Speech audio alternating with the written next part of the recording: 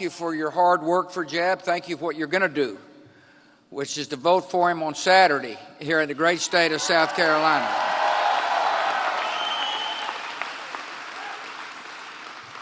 I'm really happy to be back in this great state. I've got a lot of fond memories. I walked in the okra strut in Irmo.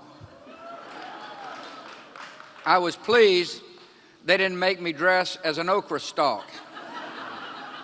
I fondly remember going to the 437th and the 315th Air Wings here in Charleston. Perhaps my most interesting memory came in Greenville. Before the 2000 primary, David and Susan and I and Laura went to Tommy's Country's Ham House.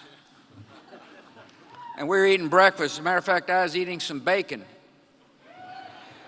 when I looked out the window and a PETA protester dressed as a pig pulled up in a dump truck.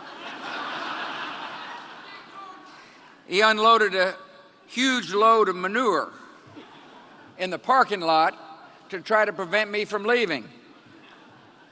It was kind of a sign of things to come. But let me tell you something about the Ham House. Even a steaming pile of manure can't ruin their good bacon. I love the spirit of the people of South Carolina. I'm particularly touched by the way the community banded together to comfort the victims of last year's shooting at Mother Emanuel Church.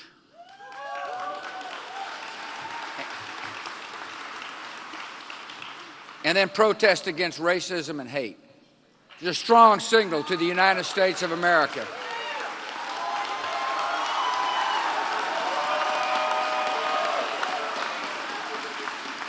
And I applaud your governor's response to that tragedy. And I applaud you for putting her in office. Laura and I spent time with Governor Haley and her family at the American Legion post in Columbia this afternoon. Thank goodness our country welcomed her parents when they immigrated here in 1969.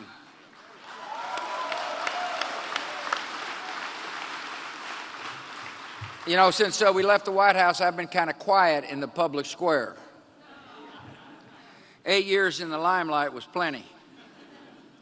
And Laura and I are really happy in what she has described as the afterlife. We're spending a lot of time on our ranch where we've become tree farmers. It gives me a chance to practice my stump speech. I've written 2 books, which has surprised a lot of people, particularly up east, who didn't think I could read, much less write. I've been one to defy expectations. I've been misunderestimated most of my life. And as a real shock to people, I've become an oil painter.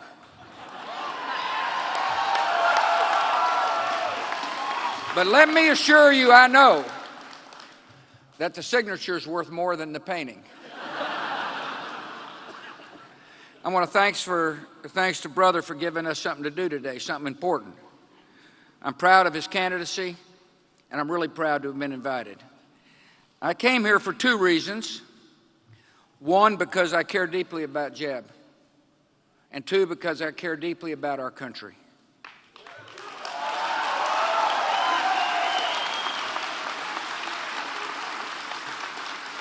You know, I thought it was appropriate to discuss a subject I know a lot about, what it's like to be president. Being your president was a high privilege and the honor of a lifetime. And by the way, if serving as president of the United States makes me a part of the so-called establishment, I proudly carry that label.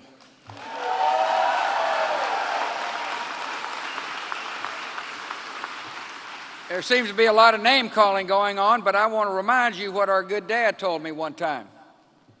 Labels are for soup cans. The presidency is a serious job that requires sound judgment and good ideas. And there's no doubt in my mind that Jeb Bush has the experience and the character to be a great president.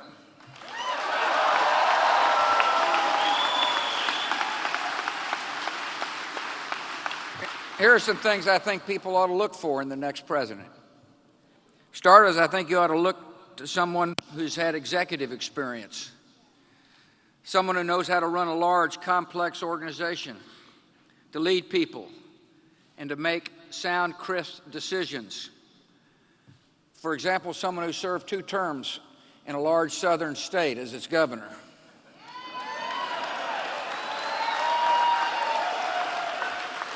I think you ought to look for someone who can handle intense pressure and won't wither during crises. I believe that strength can come from faith. It can come from the comfort of a higher power and the humility that comes in realizing the Almighty's gift of grace.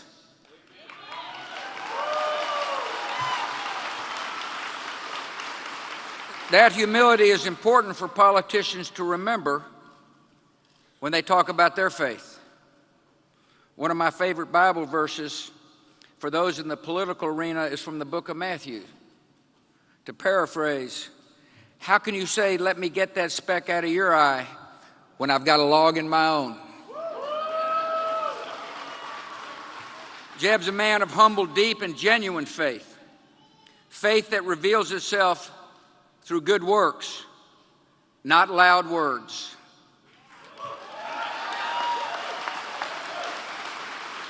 I think you should look for someone whose humility helps him understand what he doesn't know and surrounds himself with people who do know what he doesn't know.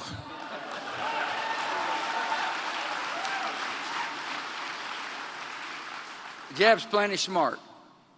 Phi Beta Kappa from the great University of Texas.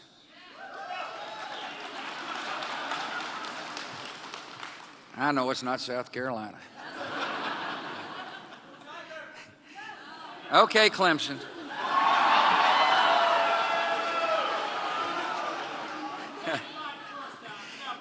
I do tell you something. He's going to assemble a great team of people to whom he'll listen. He'll create a culture in which they can deliver not just the good news, but the bad. He'll listen carefully to their advice, and then he's got the backbone necessary to make the tough decisions on behalf of the American people.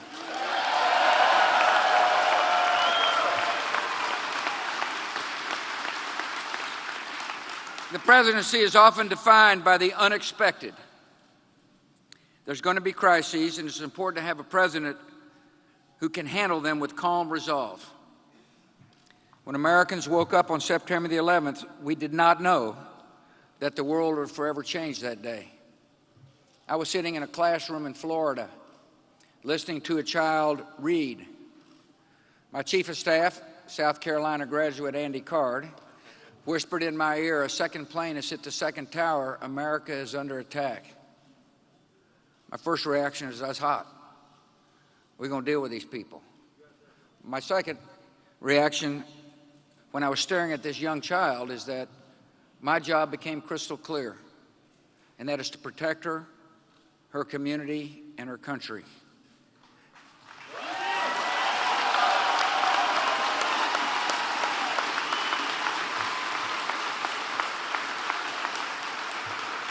On the way to Air Force One, from that school, Condi called me and said a plane has hit the Pentagon. I felt the first one was an accident, the second was an attack, and the third one was a declaration of war. I became something that no president should ever want to be, a wartime president. And I made a lot of tough calls, every one of them with that child's image in my mind, to protect her and the country she's fortunate enough to call home.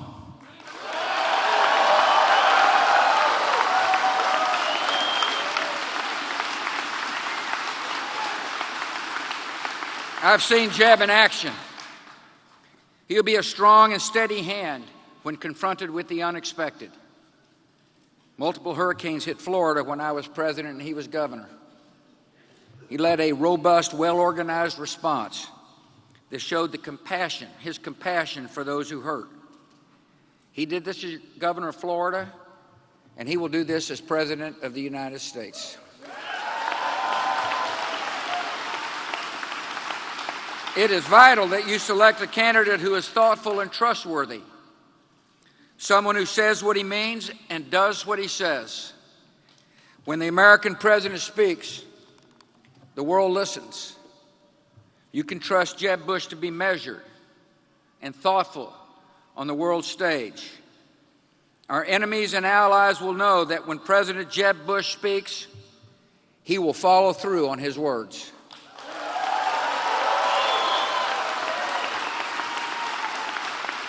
I think you ought to look for a leader who's optimistic, with a vision for a brighter future, a person who can see beyond the horizon.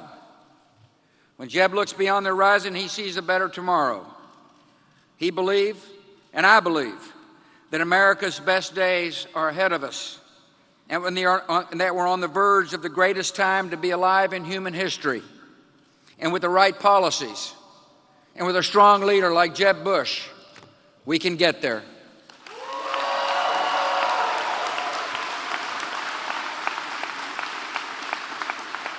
An optimistic future starts with making sure our economy grows so people can find good work. We need a president who will make the private sector, not public sector, a priority.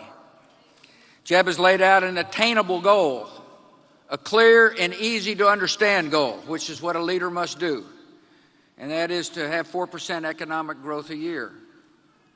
The cornerstone of his policy is to empower entrepreneurs and small business owners, the dreamers and doers who drive the American economy. He laid out a specific plan, a well thought out plan, a measured plan that he will put into action when you send him to the White House. Jeb understands that the most solemn job of the president is to protect us. So your most solemn job as voters is to elect a president who understands the reality of the threats we face and who knows how to deal with them. I've studied Jeb's plan to defeat ISIS. He relies upon the military and our intelligence community. He will take their sound advice, and he will implement that plan. The types of ISIS have been defeated in the past, and they can be defeated in the future, but we need a leader who knows how to do so.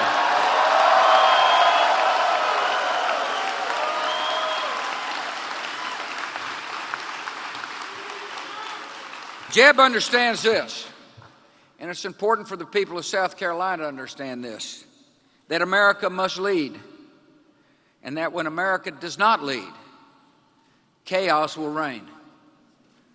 Laura and I loved our 8 years in Washington, but we really don't miss it too much.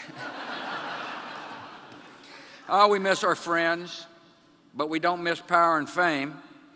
But here's really what I do miss.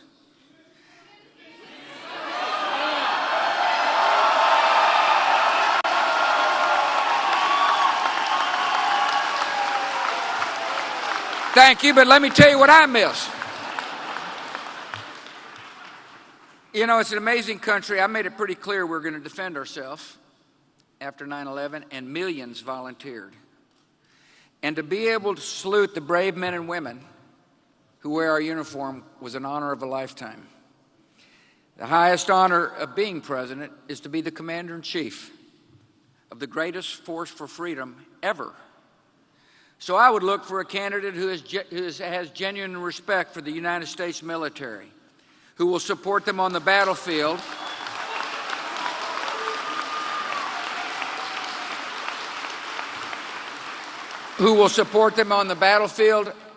and when they return home.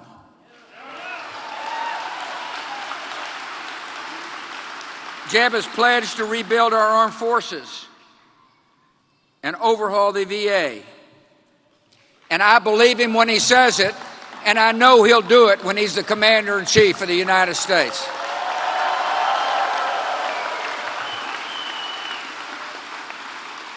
One of the most comforting aspects of the presidency was my family. starting with my loving wife, Laura.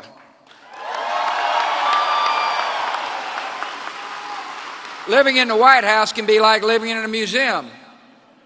I remember the time I went to visit Mother and Dad when they were there, and Mother said, "Get your feet off the Jeffersonian table." But Laura made the White House a home. She was the greatest First Lady ever.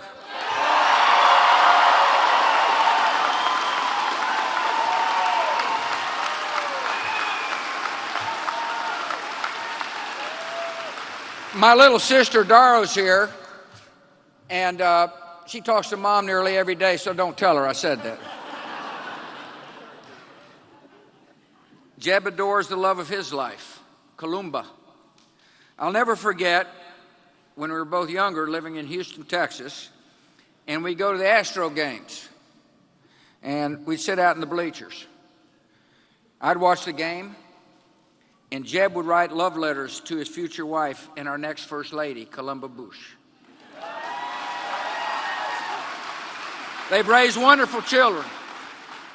Texas Land Commissioner George P. Noel and Jeb Jr. And like Laura and me, Jeb and Columba are grandparents. He's known as Gampy. I'm known as Jefe. For those of you who are not bilingual, that means the boss. Speaking of family, I think the voters should vote for the candidate who's got the most opinionated mother.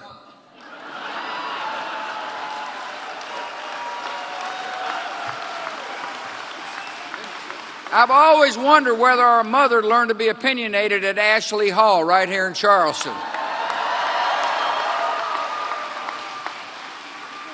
Finally, we need to nominate somebody who can win in November.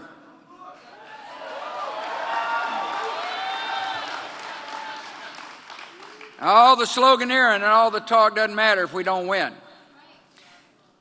We need someone who can take a positive message across the entire country.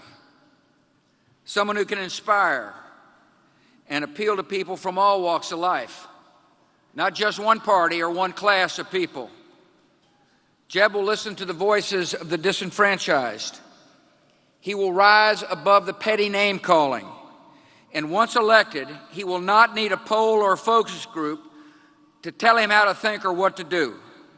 He will stand on principle. He will not waver in the wind, and he'll always do what's right for American people.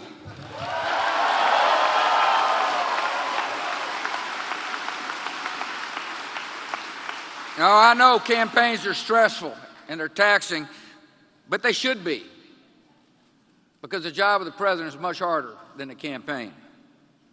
These are tough times. And I understand that Americans are angry and frustrated. But we do not need someone in the Oval Office who mirrors and inflames our anger and frustration.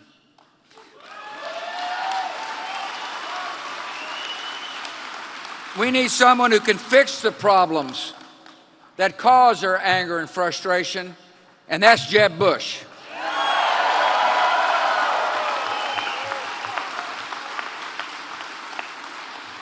Seems like Americans are yearning for a strong leader. I'd like to remind you and the voters what true strength means. Strength means facing challenges and prevailing. It means sacrificing and enduring and emerging a better and bigger person. It means having a set of core principles, beliefs that are true on the campaign trail and will be still true in office. Strength is not empty rhetoric. It is not bluster. It is not theatrics. Real strength, strength of purpose, comes from integrity and character. And in my experience, the strongest person usually isn't the loudest one in the room.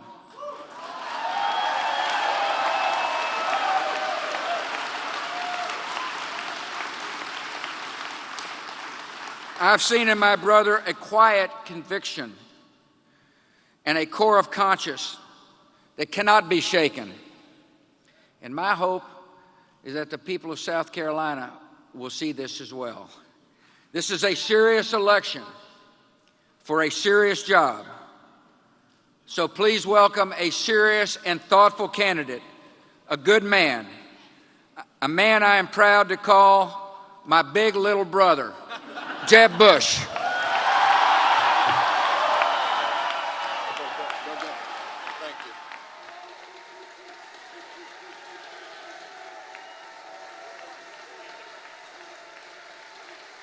Thank you. Thank you all very much.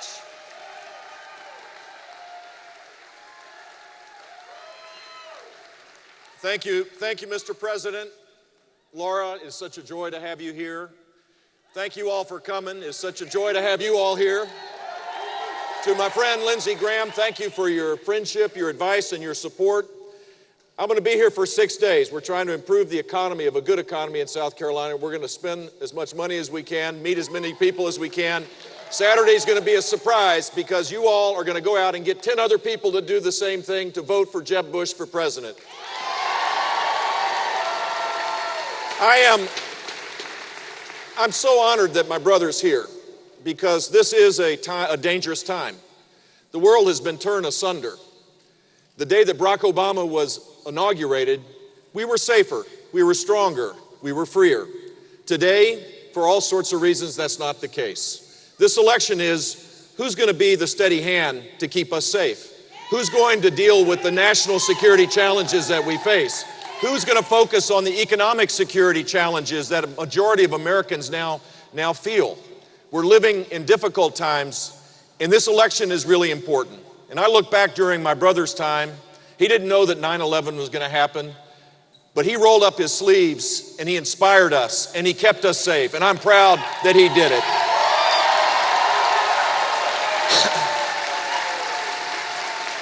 I don't know if y'all watched the debate on Saturday. Did you get that chance to see it? Wow, it was kind of weird, parts of it. I never thought in a Republican debate we would be talking about impeaching a Republican two-term president who is extraordinarily popular for good reason amongst Republicans. I thought that was a little weird. I thought it was a little strange that a front-running candidate would attack the President of the United States who did keep us safe. While he was building a reality TV show, I'm sure it was a fantastic one. I've never seen it. I'm sure it was great. George Bush brought together a team to build the security apparatus that to this day is one of the reasons why we haven't been attacked more often than we have. I'm proud of him, and I know you are as well.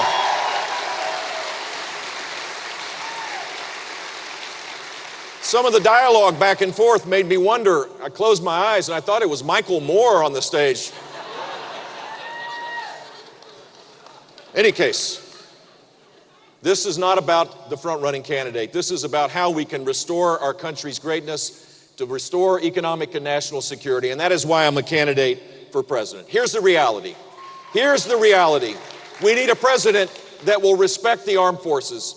A month and a half ago, 2 months ago, I had a chance to speak at the Citadel. What an extraordinary university that is. I thought you guys would be out there. And before I did it, I had a little PT work with the Summerall Guards at 6 a.m. Sorry. 25 push-ups, 25 sit-ups, calisthenics. I think they were taking the old guy to see how long he could last. I thought we were finished, and then we ran 3 miles. Then we finally finished, and they circled around and they started asking me questions. Will you have our back? Will you be a commander-in-chief that respects the military?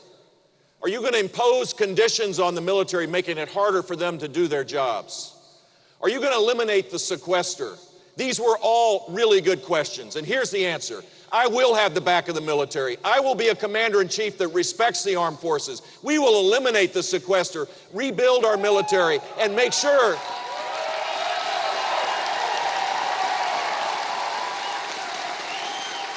and build again a bipartisan consensus that peace through strength is the proper foreign policy for this country. When we're weak, it creates voids, and those voids are filled by asymmetric threats of terror and nation states on the run.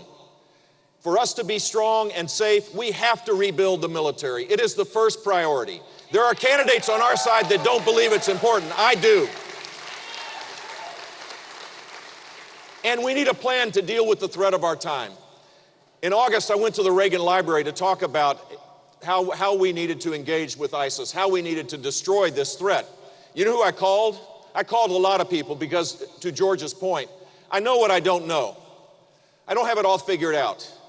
That's the sign of a good leader, by the way. The best time is when you learn. You don't learn when you're just talking. You learn when you listen.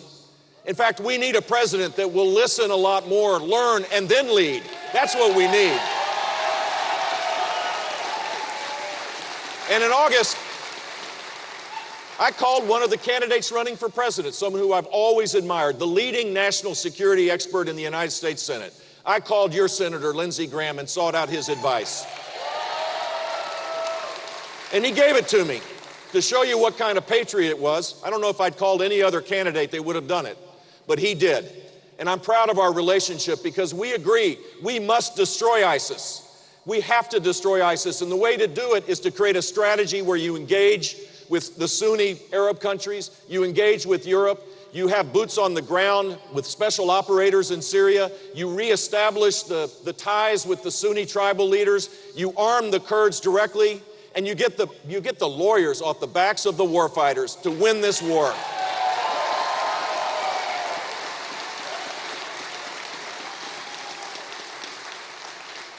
Leadership is not about talking about it.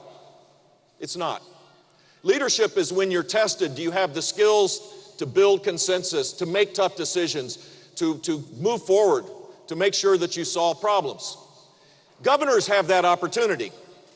George was a successful governor in Texas for 6 years. Ronald Reagan was a pretty successful governor and president, 8 years in both spots. One of the candidates says, I don't have foreign policy experience. I'll tell you what I do have. I have experience to make tough decisions. I have experience to lead a state, the largest swing state in this country, to a better place. When I was governor, we had 8 hurricanes and 4 tropical storms in 16 months. $150 billion of property losses. At one point, we did not have a commercial property insurance market. It was gone. And if you don't have insurance, you can't get a loan to expand your business. People were struggling. If you lost power for 3 weeks, you didn't have food. People were moving out of the state for fear of being able to keep a job. We led. Did you ever hear anybody complain when I was governor about FEMA? I accepted personal responsibility, and we need a president today that runs to the challenge rather than cuts and run. And that's what governors learn how to do.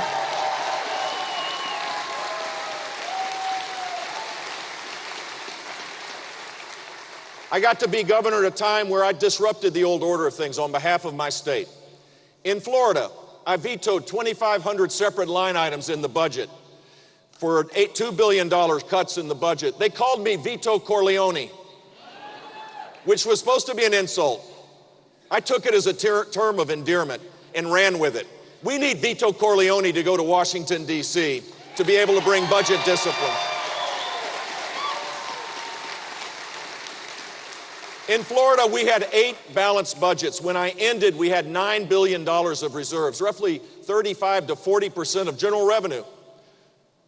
That is cutting and making sure that government lives within our means. We need that kind of approach of balanced budget amendment and making sure that we move towards a balanced budget in Washington, D.C. for our children and grandchildren. I know how to do it.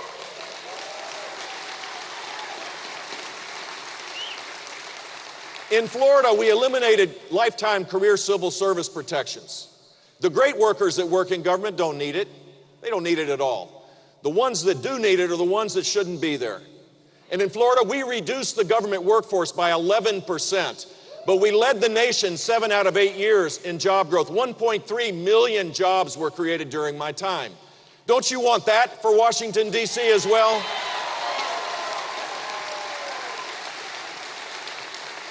And the first place that I would take that skill is the Department of Veterans Affairs. You all have seen the atrocious waiting list that veterans coming home don't get care. Last year, the department came up with a brilliant idea. We'll give out bonuses. $142 million of bonuses last year went out for all sorts of things, including reducing the waiting lists, which sounds like a worthy objective. The simple fact was that waiting lists were reduced, veterans didn't get care, and vets died.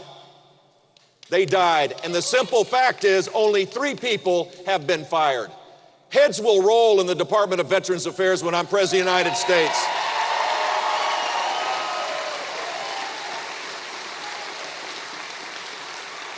We will give veterans expanded choices where they could go to their private provider or a private clinic or a local hospital.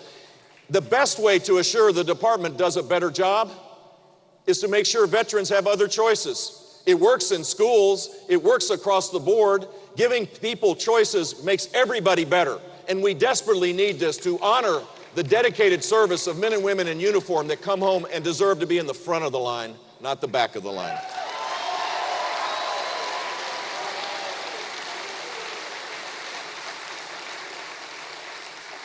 Here's the challenge. Everybody's got a lot of ideas. But on that stage on Saturday, who's done it? Who's done it? A lot of big talkers. A lot of turns of the phrase for sure. But who's actually rolled up their sleeves and taken the hits? I don't see if you see the scar. This is the one where we created the first voucher program in the country, the second voucher program, and the third statewide voucher program. These aren't easy things to do. I didn't cut and run. I did what I thought was right. And Florida now has the greatest gains in learning because we disrupted our public education system in the right way, empowering people to make choices for themselves. Who's done it? Who's created the environment to make sure that we can grow our economy at a faster rate? I believe I have those skills because past is prologue. We cannot entrust for the next President of the United States with the great challenges we face someone who's not been tested. There will be a challenge. It could be a pandemic. It could be a huge natural disaster. It could be an attack on this country. And the question is, who do you want to have to sit behind the big desk? Who do you want to have to be able to lead us through difficult times? The next president will be challenged. And I believe I have those skills to work on behalf of everybody to make sure that we have a better future for ourselves. Let me conclude with this. I believe that life is a gift from God, that it is divinely inspired, that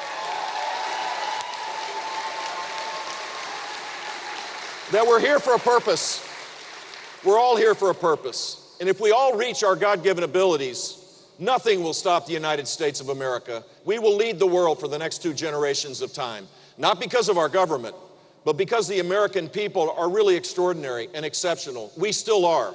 I'm sick and tired of politicians that divide us up in our disparate parts, that believe that somehow the end is near, when in fact, all we have to do is fix a few really big complex things, which requires leadership, and we'll take off as a nation. We'll be safe and secure, and we'll have rising income.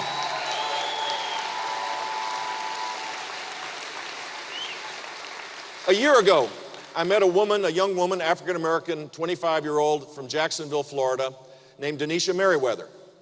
Denisha had a difficult life starting out in life. She lived in poverty. She had a challenged family.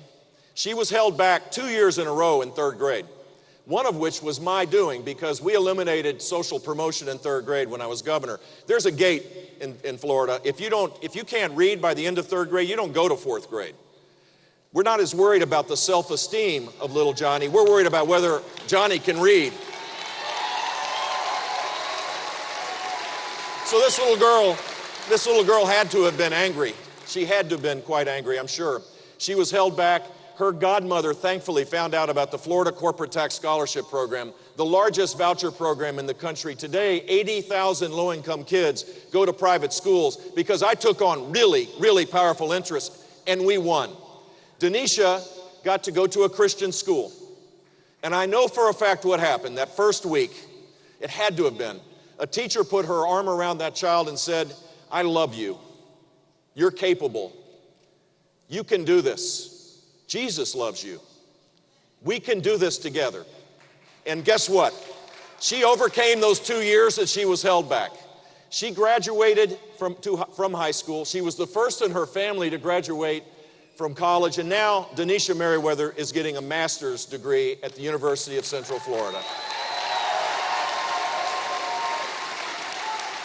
If you believe like I do, that everybody has an ability to make a contribution, that if everybody reaches their God-given abilities, this country will take off. We won't be as gloomy.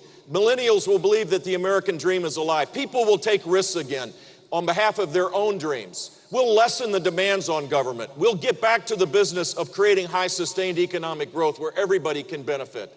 That's the mission. We cannot allow politicians to divide us up in our disparate parts anymore. We need a president with a steady hand that runs to the challenge, that believes in the greatness of this country, that believes that if we set a set of common purposes, one of which is that everybody should have the chance to rise up, nothing will stop the United States of America. I believe that in my heart. And if you believe it, if you're tired of the politics of division, if you want someone with a proven record, a solid conservative who acted on his conservative beliefs each and every day as governor, someone with 32 years of private sector experience, then you're looking at the nominee for the Republican nomination, and I can beat Hillary Clinton. I can promise you that.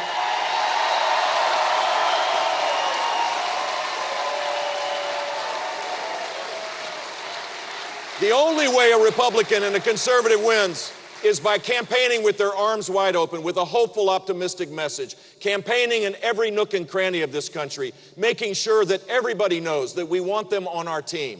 The only way we win is to do what Republicans, when they win, always do. Campaign like George W. did, campaign like Ronald Reagan did. We have to get back to that, and when we do, we'll win and we'll restore America's greatness in a way that will sustain it for the next 2 generations. I ask for your support next Saturday. I ask for your prayers for our family. God bless you all. Thank you very much for coming.